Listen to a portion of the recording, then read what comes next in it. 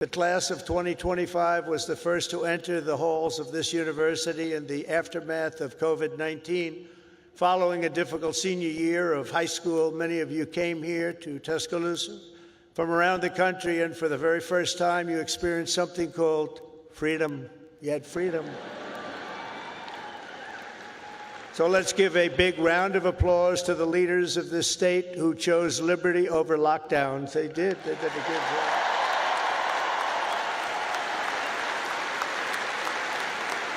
Good job.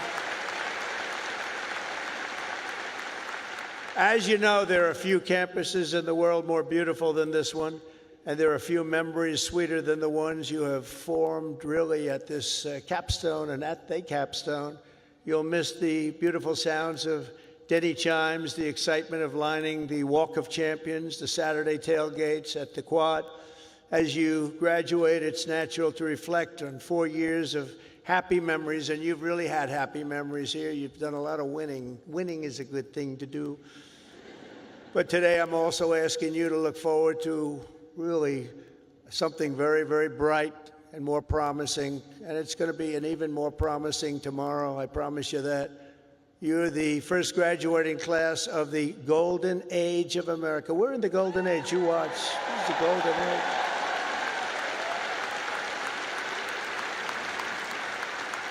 This is the golden age. We've done things that nobody thought possible. 100 days yesterday, 100 days, and we've done things that nobody thought even possible. This week, we're celebrating the most successful first 100 days of any presidential administration in the history of our country, and we've been given a lot of credit for that, but 100 days does not a full term make. But we're going to do even better as we move along. In a matter of weeks, we've achieved the lowest number of illegal border crossings ever recorded. And we slashed the number of illegal aliens released into the United States by 99.999%. And you know, if that number is wrong, the fake news, which is all over the place today, is going to be correcting me before I get to the next sentence. Now, 99.999%, how about that? Nobody thought that was possible. They said you needed legislation. No, you just needed a new president. That's what you needed. We've created 350,000 new jobs and brought core inflation down to its lowest level in many, many years. Energy is down. Look at your cost of energy, way down. Groceries are down. Even eggs are down. Remember I came in? Remember I was here a week and they started screaming at me, the fake news. Egg prices have doubled. I said, I just got here. I've been here for 4 days. I said, tell me about egg prices. They've doubled. Well, they didn't double under me. I just got there, and we did a great job. We brought down the cost of eggs. In fact, they said you won't have eggs for Easter. They wanted to we have a big Easter egg hunt at the White House. You saw it just take place. And they thought we should order thousands of plastic eggs. Plastic. I said, no, we'll do it. And we straightened out the egg situation very quickly. Our great Secretary of Agriculture did a fantastic job, and we had so many eggs we didn't know what the hell to do with them. And prices of eggs have gone down 87% since I took office. That's something, right? But the price of food has gone down, and mortgage rates are down, and gasoline prices just hit $1.88 a gallon in 3 states. Can you believe it? It was at $3.50. It was at $4. We're drilling. Oh, we're drilling. You know, drill, baby, drill, right? We drill, baby, drill. We do that. We got it down. We have it going good. And, you know, when energy drops that much, you don't have much inflation. It's hard to have inflation. It was just announced that in the first quarter, investments in the United States are up 22%, that we're leading the whole world in investment. Everybody's pouring into our country with big dollars. And it's all about November 5th, the November 5th election, and tariffs and incentives that we've given that are going to make this country so much richer. We have $36 trillion in debt. That's going to start to come off. It's going to come off rapidly, but we'll be over $8 trillion in investment, with Apple and others investing $500 billion each. We've never had a period of time in 2 months, because we're here for 3 months, a little bit more. But give me a break for the first month. You know, had to get a little acclimated. You'll embrace this moment and you'll step forward with strength and grit, faith and patriotism to put America on a new trajectory for your children. And then you'll take your place among the greatest generations in the history of our country. I think you have a chance to be the greatest generation in the history of our country because we're turning it around and you happen to be available. You're available. That's a good time to be available. There are some times when it's not so good to be available, but this is a great time. I'm absolutely confident that the Alabama class of 2025 is up to the task. Are you up to the task? I challenge you not merely to use your talents for financial speculation, but to apply your great skills that you've learned and had to forging the steel and pouring the concrete of new American factories, plants, shipyards, and even cities which are going up all over our country. Don't just build a strong portfolio, build a very, very strong America, and you're going to do that. To the engineers, brilliant you are, technicians, scientists, and math majors, we need your Alabama spirit and competition to keep our country at the forefront of every single domain. America should have the world's tallest buildings, design the fastest airplanes, build the greatest cars, do everything the absolute best, better than any other nation in the world, and you can do it. And we will soon land American astronauts on Mars. That will happen. That will happen. In every field you have studied, there are problems to be solved and breakthroughs to be made. To the journalism majors, of which I've had a lot of problems with. So I must be honest. I'm not sure I like them. No, I do. But you're really leading a very thing because we need a great and free press. We need a brilliant press. They're like a watchkeeper. They're very important, and you can go out and take it down a new track, help save the country. So important. Your task is so important, and it's to build a media that Americans can trust. And remember, the people of this country, they know the truth when they hear it. That's why the ratings, the approval numbers of the media are so low. We need those ratings to be 100%. We have to be able to trust our media. I say you have to have that. You need strong borders, and you need really free, fair, clean elections. You need those things, but the media is a big part of it. In the world of health and medicine, there is an exciting new movement to get poisons out of our food supply, keep toxins out of our government. As you embark on this great adventure, let me share some of the biggest lessons I've learned from a lifetime spent building dreams and beating the odds. I beat a lot of odds. A lot of people said, I don't know. But it worked out okay. Where are we? Oh, gee, I'm president. How did that happen? Now, you're going to be in the same position. But some of the would you like to hear some of the ideas, or should I just skip over that part, huh? That's going to be more interesting than all the other stuff, which was slightly political, right? I'm going to give it to you, though, just as I see it and as I've learned it, the hard way and the easy way. First, if you're here today and think that you're too young to do something great, let me tell you that you are wrong. You're not too young. You can have great success at a very young age. You're all very young. In America, with drive and ambition, young people can do anything.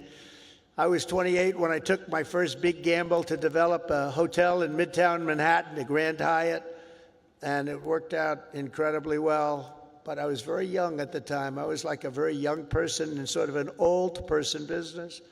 Steve Jobs was 21 when he founded Apple. Walt Disney was 21 when he founded Disney. James Madison, James Monroe, Alexander Hamilton, Thomas Jefferson. They were no older than 25 when they began the journeys that etched their names into the history books for all time. So to everyone here today, don't waste your youth. Go out and fight right from the beginning, from the day you leave this incredible university. Go out and fight tough, fight fair, but go out and fight. You're going to be very successful because now is the time to work harder than you have ever worked before, further than you have ever pushed yourself before. Find your limits and then smash through everything. Go and smash through. You've watched that football team smash through. You're going to do the same thing. You're at the age when you have the time and vitality to do really incredible things. If you just give it your all. You'll look back and a decade from now, you'll be astounded by what you've achieved. You'll remember this day. You'll remember when the guy named Trump was giving the commencement address and he said I could do it, and guess what? I did. I think you're going to remember that very fondly. I hope so. Second of all, and very importantly, you have to love what you do, okay? You have to. I rarely see somebody that's successful that doesn't love what he or she does. That's way you really like work isn't work. It's fun. I find it fun. I work all the time and I find it fun. If I didn't find it fun, I wouldn't be successful, whether it was real estate or in showbiz. I had a lot of different careers, but I loved real estate so much, and I was very successful at real estate because I loved it. I learned a lot from my father because I watched him work. He worked he was a workaholic. He loved to work. He's a good man. He was a tough guy, tough as hell, actually.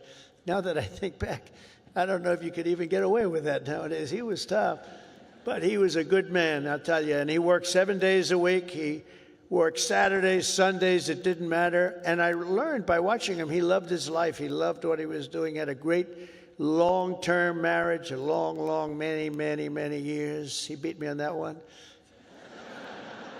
Now, mine are very successful, but they haven't lasted quite as long. It was close to 70 years. That was a long time. I said, Pop, you beat me on that one. But you know what I learned from him? That he loved life, and all he did was work. I see people that don't work hard, and they're miserable. So go out and find. But he loved what he was doing.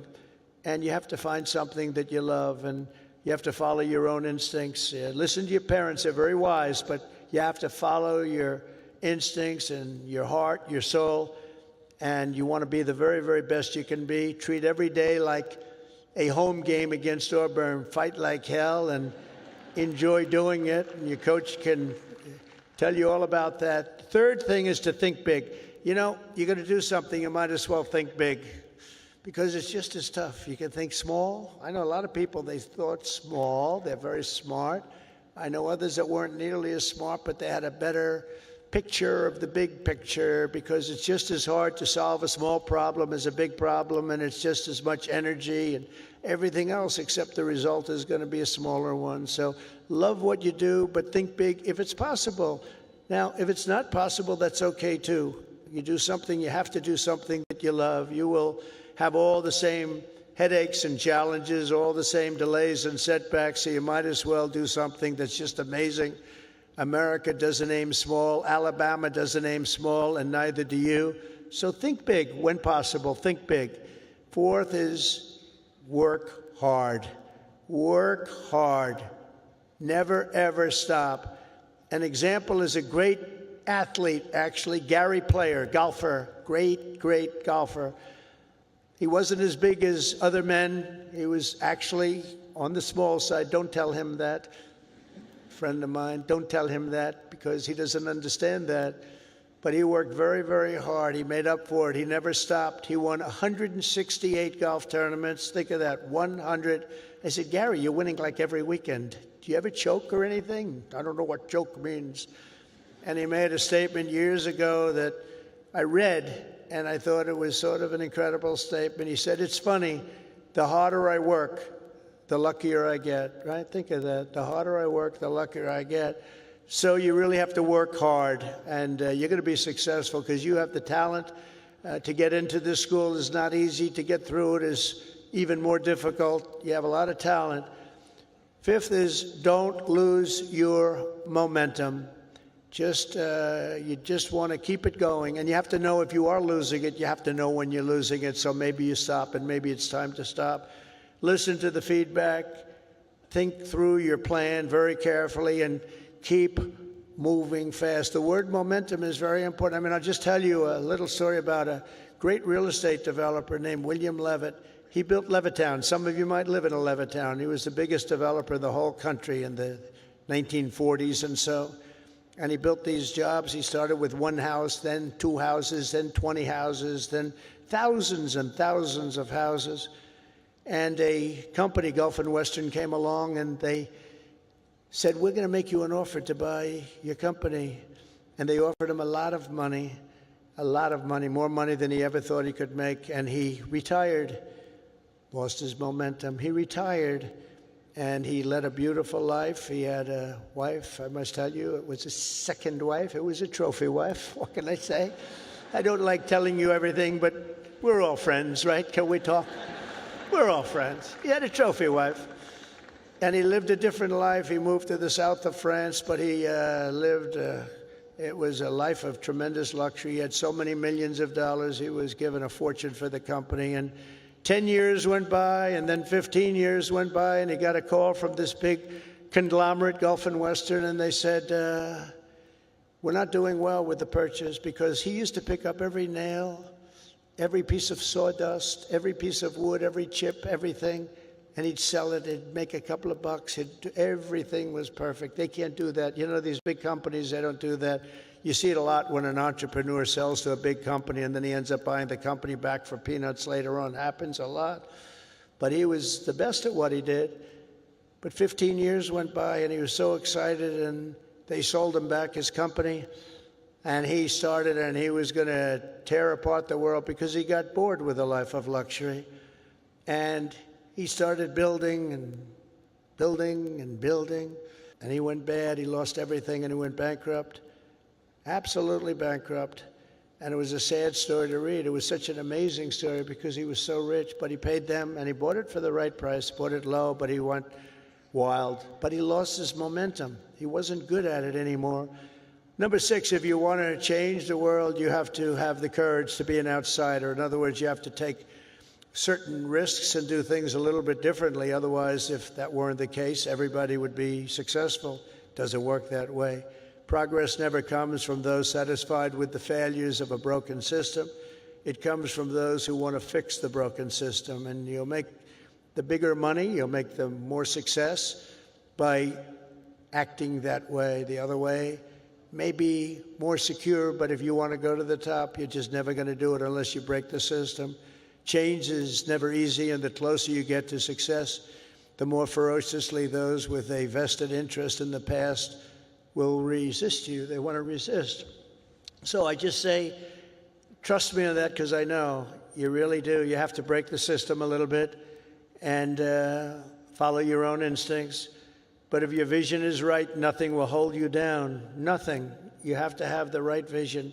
If you look at some of these internet people, I know so many of them. Elon is so terrific, but I know now all of them, you know, they all hated me in my first term, and now they're kissing my ass. You know? So number 7 is to trust your instincts, common sense. You can go very far in life with common sense, and I applied that to politics because some of these things, like they had open borders. Let everybody in the whole world flow into our country. That's not common sense. They had transgender for everybody. We ended that, if you noticed, okay? But they had transgender for everybody. I said, this is not working. This is not going to work. As I said before, you know, so simple. Men playing in women's sports. Did you ever see some of the records? Did you ever see some of these boxing matches?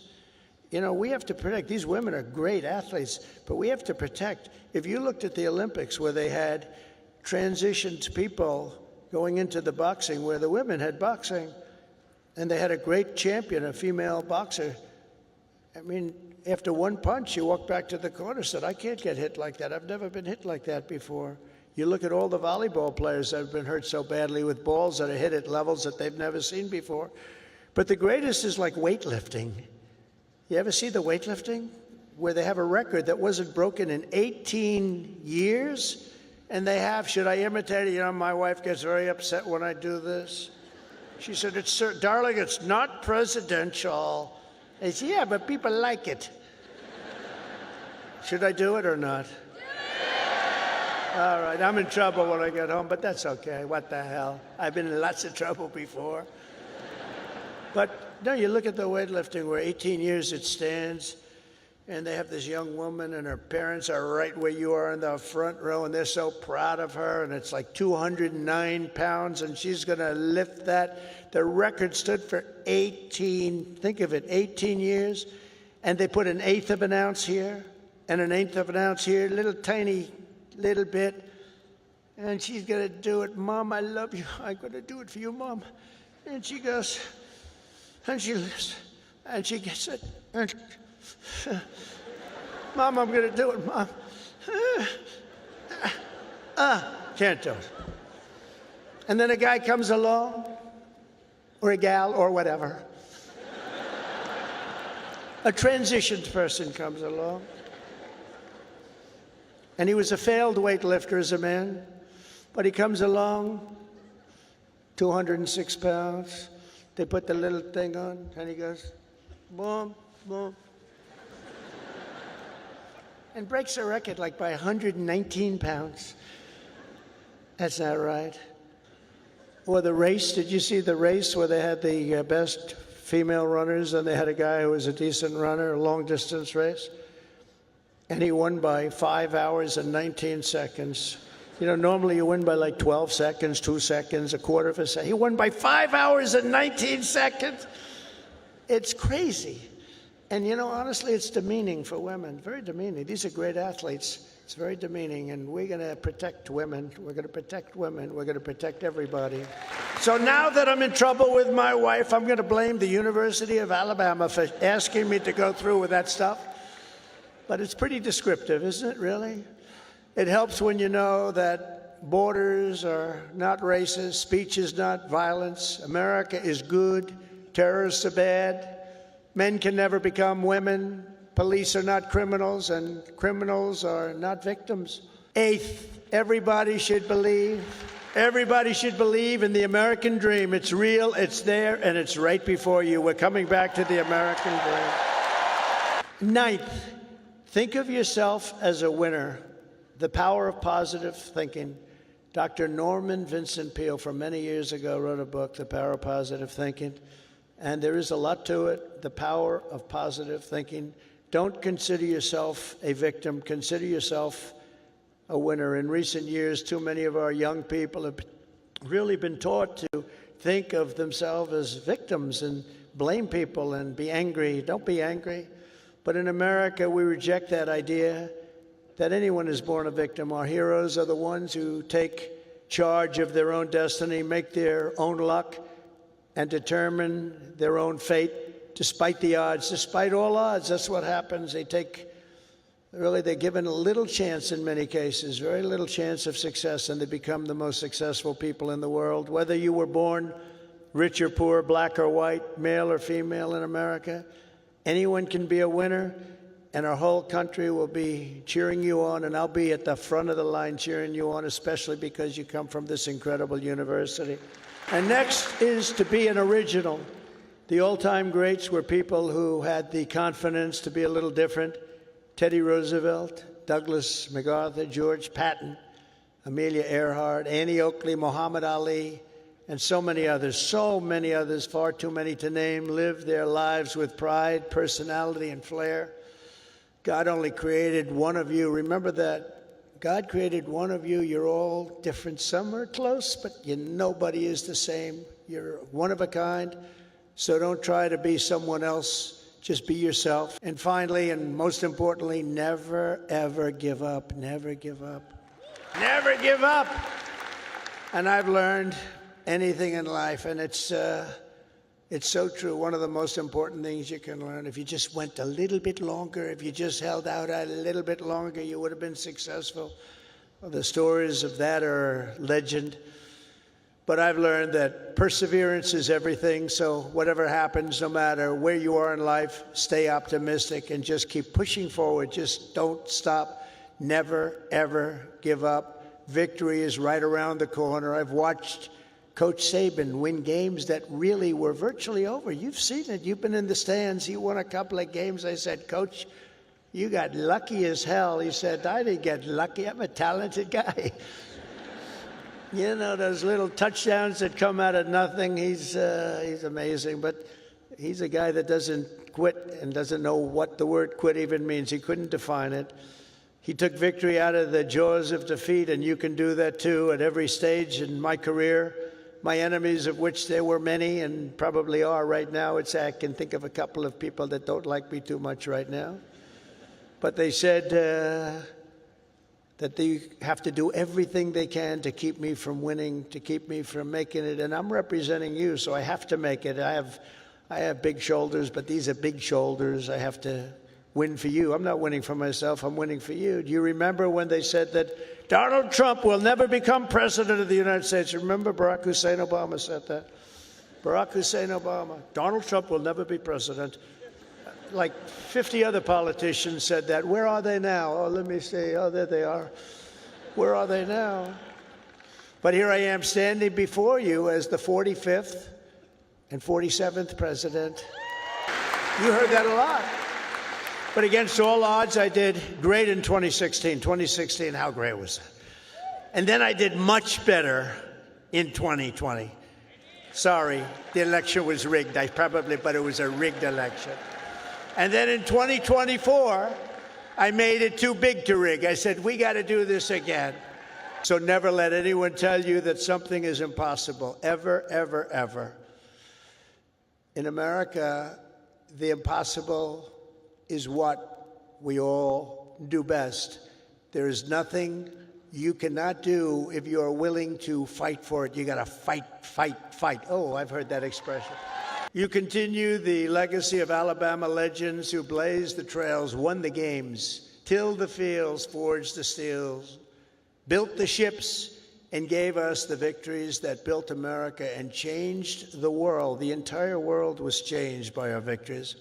This is the state that gave us the might of the Iron City, the power of the Saturn V rocket, and the roaring engines of Talladega. Talladega. We love Talladega. We love Talladega. This is the state that gave us nothing but victory, the state of some of the greatest heroes in history, like Willie Mays, Jesse Owens, Joe Louis, your coach, Nick Saban, Hank Williams, and many others. Some of you will leave here today and travel the world, but you will always know that this state this is really sweet home Alabama, right? It's always going to be your place. I sort of feel that way myself because from a political standpoint, it's just been, we connected from day one. From the first day I set my foot on this beautiful soil, I connected with Alabama. And here in Alabama, we believe that the men and women who built this country are heroes and that America's destiny is to be the single greatest nation on the face of the earth. And we're bringing it back at a speed that nobody thought was possible. We believe in freedom and family, God and country. We cherish our Constitution. We revere our Bible. And we salute our great American flag.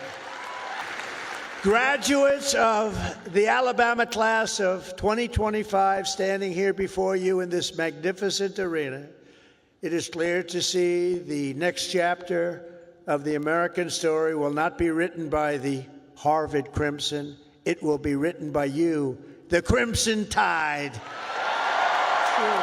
That's true. That's true. I thought that was rather clever.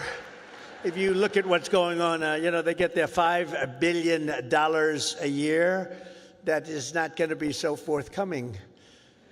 Now, wasn't that a clever one, though? Huh? Who would think of that? Because this is Alabama, and at Alabama, you fight, fight, fight, and you win, win, win. That's what you know how to do. Congratulations to you all.